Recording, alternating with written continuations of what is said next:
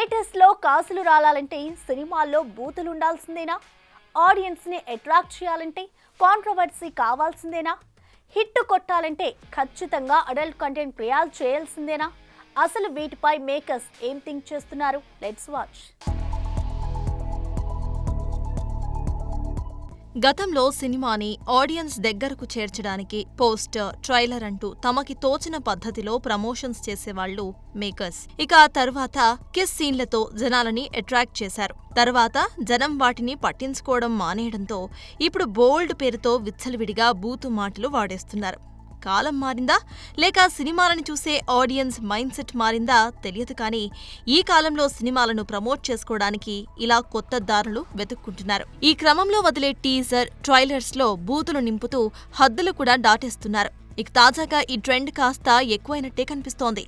నిజంగా బూతులు సినిమా మీద అటెన్షన్ను క్రియేట్ చేస్తాయా అంటే కొంతమేరకు వాటి ప్రభావం ఉండవచ్చు కానీ ఎలాంటి సందర్భమూ లేకుండా క్యారెక్టర్స్ అలవోకగా బూతులు మాట్లాడేస్తే ఏ ఆడియన్కైనా చిరాకెత్తడం సహజం. కొంతకాలం క్రితం వచ్చిన Arjun Reddy cinema trailer release అయినప్పటి నుంచి పెద్ద రచ్చ జరిగింది. అయితే అదే ఒక రకంగా సినిమాకు బస్ తీసుకురావడంలో హెల్ప్ అయిందన్న విషయాన్ని కొట్టిపారేయలేం. సినిమా రిలీజ్ అయ్యాక అర్జున్ రెడ్డి పాత్ర అలా మాట్లాడటంలో తప్పులేదని, సందర్భం అలాంటిదని అంతా సర్దుకున్నారు. ఇక అలాంటి బూతు ప్రయోగాలు చేయడంలో విశ్వక్ కాస్త ముందుంటాడని చెప్పవచ్చు.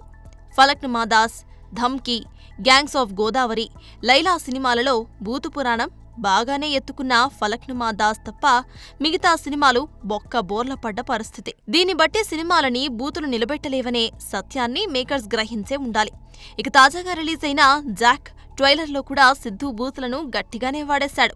నిజానికి ట్రైలర్లో వినిపించిన ఆ డైలాగ్స్ సినిమాలో ఉండే ఛాన్స్ అయితే లేదు.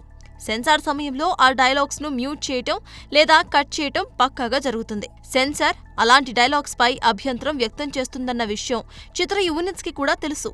అయినా సినిమాకు హైప్ తీసుకురావటం కోసం మేకర్స్ ఇలాంటి ప్రయోగాలు చేస్తున్నారు అన్న కమెంట్స్ వినిపిస్తున్నాయి. ఏది ఏవైనా కథ డిమాండ్ చేస్తే ఎమోషన్ని ఎలివేట్ చేయాలన్న సందర్భంలో తప్పనిసరైతే బూతులు వాడటంలో అర్థం ఉంటుంది. కానీ ఇలా సినిమాపై హైప్ తెచ్చుకోవడం కోసం మాత్రమే ట్రైలర్స్లో బూతులు నింపేస్తే ఆడియన్స్ పొలోమని థియేటర్కి పరిగెత్తుకురారు అన్న విషయం మేకర్స్ తొందరగా గ్రహిస్తే బావుంటుంది.